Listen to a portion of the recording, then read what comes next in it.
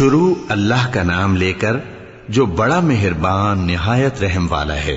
اے نبی، مجاہد لوگ تم سے غنیمت کے مال کے بارے میں دریافت کرتے ہیں کہ کیا حکم ہے۔ کہہ دو کہ غنیمت اللہ اور اس کے رسول کا مال ہے، تو اللہ سے ڈرو اور آپس میں صلح رکھو، اور اگر ایمان رکھتے ہو تو اللہ اور اس کے رسول کے حکم پر چلو۔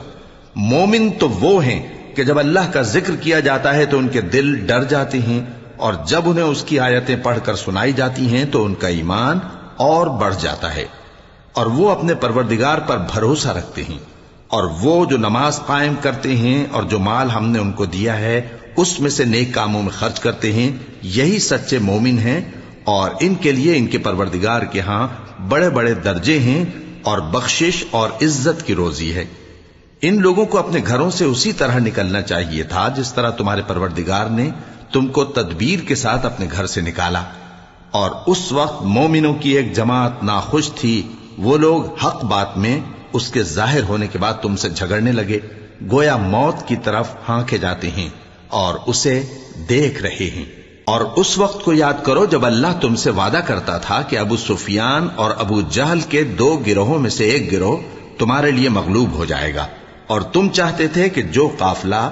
بے شان و شوکت یعنی بے ہتھیار ہے وہ تمہارے ہاتھ آ جائے، اور اللہ چاہتا تھا کہ اپنے فرمان سے حق کو قائم رکھے اور کافروں کی جڑ کاٹ دے، تاکہ سچ کو سچ اور جھوٹ کو جھوٹ کر دے، گو مشرک ناخوش ہی ہوں۔ جب تم لوگ اپنے پروردگار سے فریاد کرتے تھے تو اس نے تمہاری دعا قبول کر لی اور فرمایا کہ تسلی رکھو، ہم 1000 فرشتوں سے جو ایک دوسرے کے پیچھے آتے جائیں گے تمہاری مدد کریں گے۔ اور اس مدد کو اللہ نے محض بشارت بنایا تھا کہ تمہارے دل اس سے اطمینان حاصل کرے، اور مدد تو اللہ ہی کی طرف سے ہے، بے شک اللہ غالب ہے، حکمت والا ہے۔ جب اس نے تمہاری تسکین کے لیے اپنی طرف سے تمہیں نیند کی چادر اڑھا دی اور تم پر آسمان سے پانی برسا دیا تاکہ تم کو اس سے نہلا کر پاک کر دے اور شیطانی نجاست کو تم سے دور کر دے،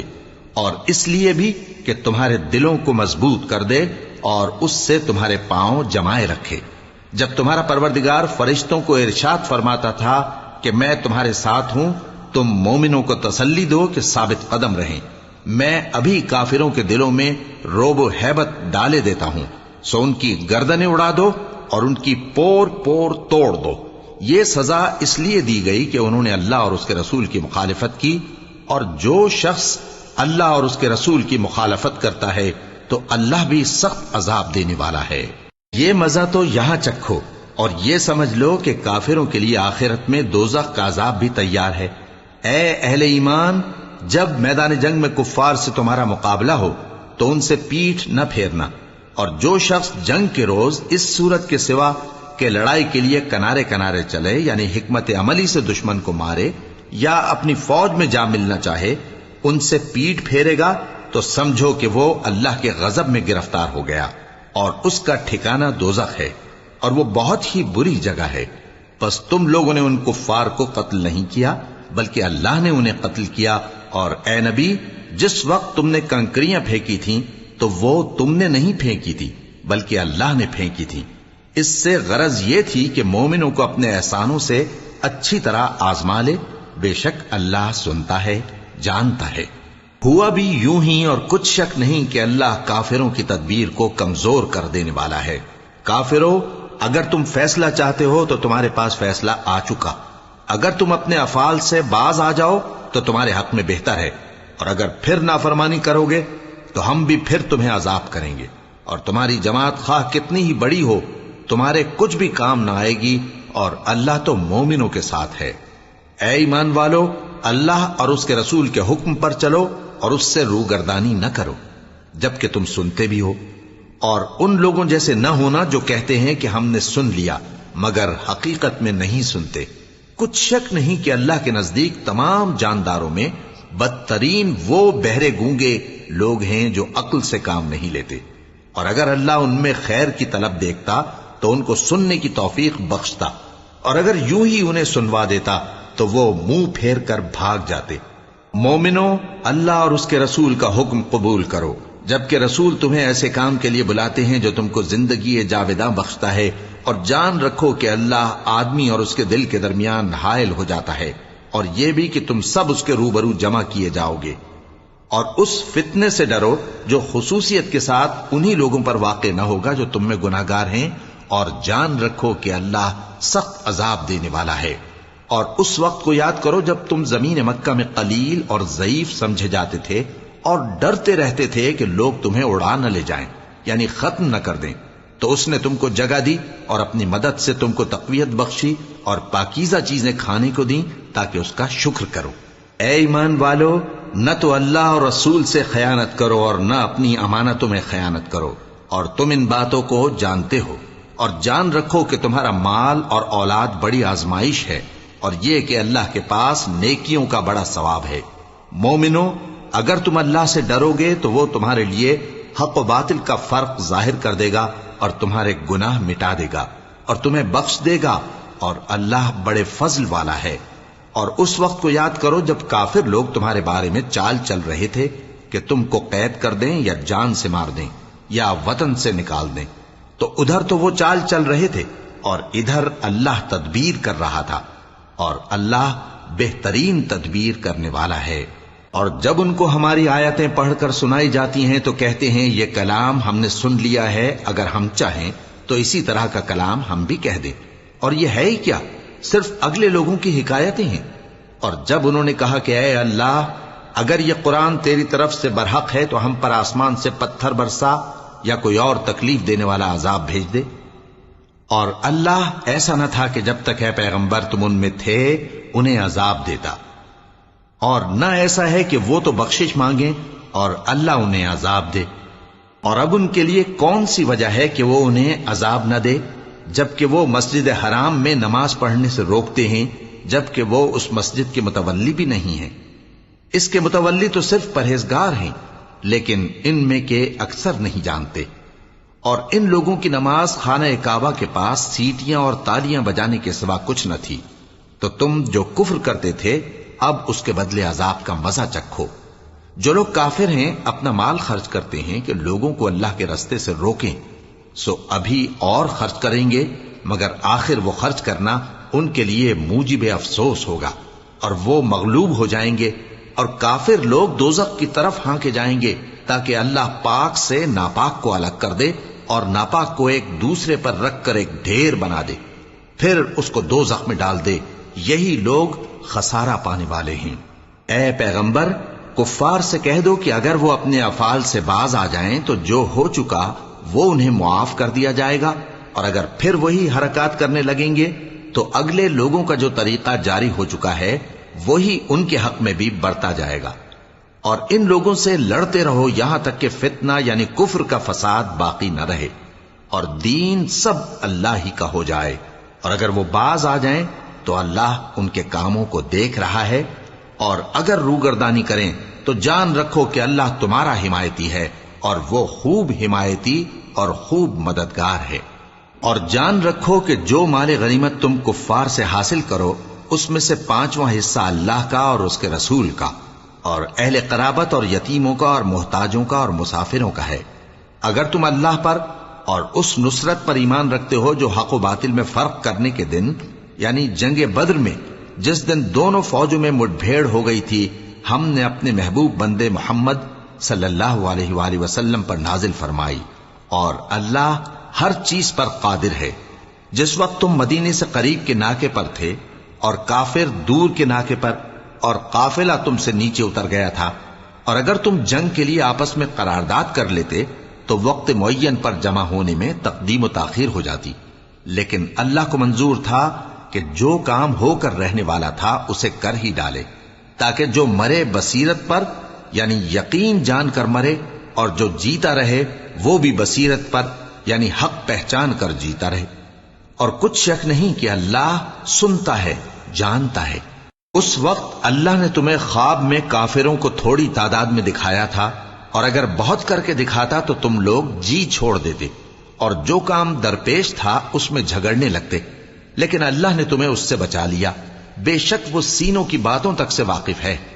اور اس وقت جب تم ایک دوسرے کے مقابل ہوئے تو کافروں کو تمہاری نظروں میں تھوڑا کر کے دکھاتا تھا اور تم کو ان کی نگاہوں میں تھوڑا کر کے دکھاتا تھا، تاکہ اللہ کو جو کام کرنا منظور تھا اسے کر ڈالے،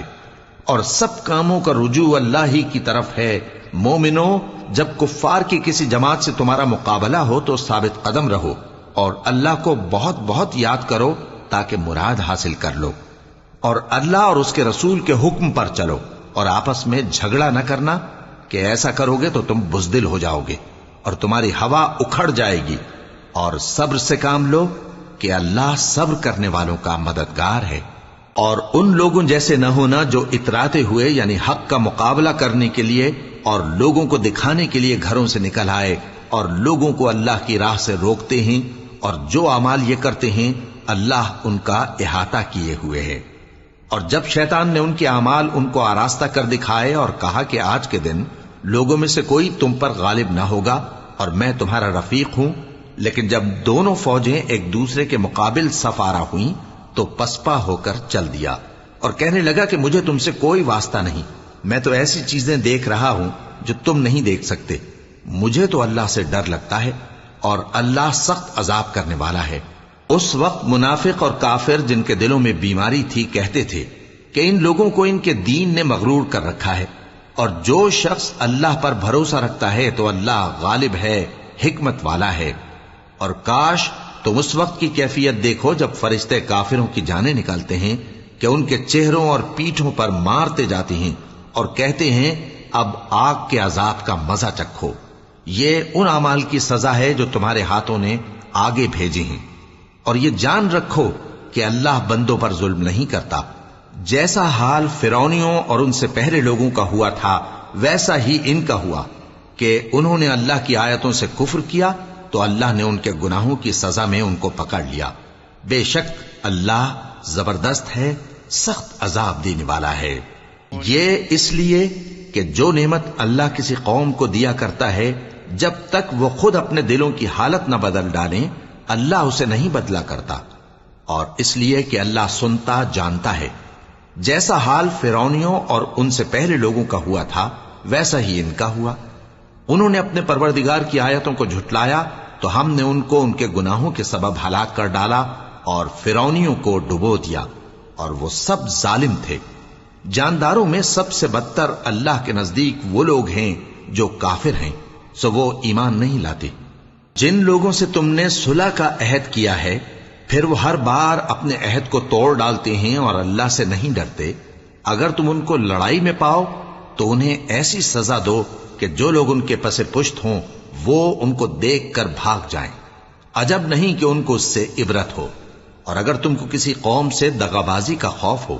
تو ان کا عہد انہی کی طرف پھینک دو کہ اس طرح تم سب برابر ہو جاؤ۔ کچھ شک نہیں کہ اللہ دغابازوں کو دوست نہیں رکھتا، اور کافر یہ خیال ہرگز نہ کریں کہ وہ آگے نکل گئے ہیں، وہ ہمیں عاجز نہیں کر سکتے۔ اور جہاں تک ہو سکے فوج کی جمعیت کے زور سے اور گھوڑوں کے تیار رکھنے سے ان کے مقابلے کے لیے مستعد رہو کہ اس سے اللہ کے دشمنوں اور تمہارے دشمنوں اور ان کے سوا اور لوگوں پر جن کو تم نہیں جانتے اور اللہ جانتا ہے ہیبت بیٹھی رہے گی، اور تم جو کچھ اللہ کی راہ میں خرچ کرو گے اس کا ثواب تم کو پورا پورا دیا جائے گا اور تمہارا ذرا نقصان نہ کیا جائے گا۔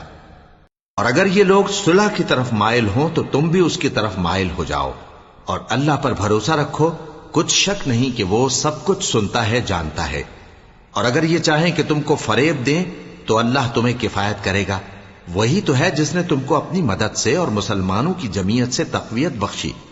اور ان کے دلوں میں الفت پیدا کر دی، اور اگر تم دنیا بھر کی دولت خرچ کرتے تب بھی ان کے دلوں میں الفت پیدا نہ کر سکتے، مگر اللہ ہی نے ان میں الفت ڈال دی، بے شک وہ زبردست ہے، حکمت والا ہے۔ اے نبی، اللہ تم کو اور مومنوں کو جو تمہارے پیرو ہیں کافی ہے۔ اے نبی، مسلمانوں کو جہاد کی ترغیب دو۔ اگر تم میں 20 آدمی ثابت قدم رہنے والے ہوں گے تو 200 کافروں پر غالب رہیں گے، اور اگر 100 ایسے ہوں گے تو 1000 پر غالب رہیں گے، اس لیے کہ کافر ایسے لوگ ہیں کہ کچھ بھی سمجھ نہیں رکھتے۔ اب اللہ نے تم پر سے بوجھ ہلکا کر دیا اور معلوم کر لیا کہ ابھی تم میں کسی قدر کمزوری ہے، پس اگر تم میں 100 ثابت قدم رہنے والے ہوں گے تو وہ 200 پر غالب رہیں گے، اور اگر 1000 ہوں گے تو اللہ کے حکم سے 2000 پر غالب رہیں گے، اور اللہ ثابت قدم رہنے والوں کا مددگار ہے۔ پیغمبر کو شایع نہیں کہ اس کے قبضے میں قیدی رہیں جب تک کافروں کو قتل کر کے زمین میں کثرت سے خون نہ بہا دے۔ تم لوگ دنیا کے مال کے طالب ہو اور اللہ آخرت کی بھلائی چاہتا ہے، اور اللہ غالب ہے، حکمت والا ہے۔ اگر اللہ کا حکم پہلے نہ ہو چکا ہوتا تو جو فدیہ تم نے لیا ہے اس کے بدلے تم پر بڑا عذاب نازل ہوتا۔ اب جو مال غنیمت تمہیں ملا ہے اسے کھاؤ کہ وہ تمہارے لیے حلال طیب ہے، اور اللہ سے ڈرتے رہو، بے شک اللہ بخشنے والا ہے، مہربان ہے۔ اے پیغمبر، جو قیدی تمہارے قبضے میں یعنی گرفتار ہیں ان سے کہہ دو کہ اگر اللہ تمہارے دلوں میں نیکی معلوم کرے گا تو جو مال تم سے چھن گیا ہے اس سے بہتر تمہیں عنایت فرمائے گا اور تمہارے گناہ بھی معاف کر دے گا، اور اللہ بخشنے والا ہے، مہربان ہے۔ اور اگر یہ لوگ تم سے دغا کرنا چاہیں گے تو یہ پہلے ہی اللہ سے دغا کر چکے ہیں، تو اس نے ان کو تمہارے قبضے میں کر دیا، اور اللہ دانا ہے، حکمت والا ہے۔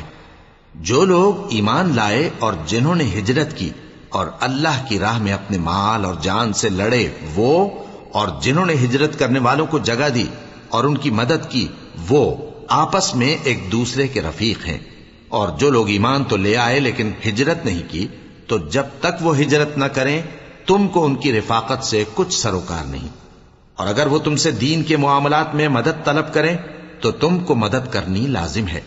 مگر ان لوگوں کے مقابلے میں کہ تم میں اور ان میں صلح کا عہد ہو مدد نہیں کرنی چاہیے، اور اللہ تمہارے سب کاموں کو دیکھ رہا ہے۔ اور جو لوگ کافر ہیں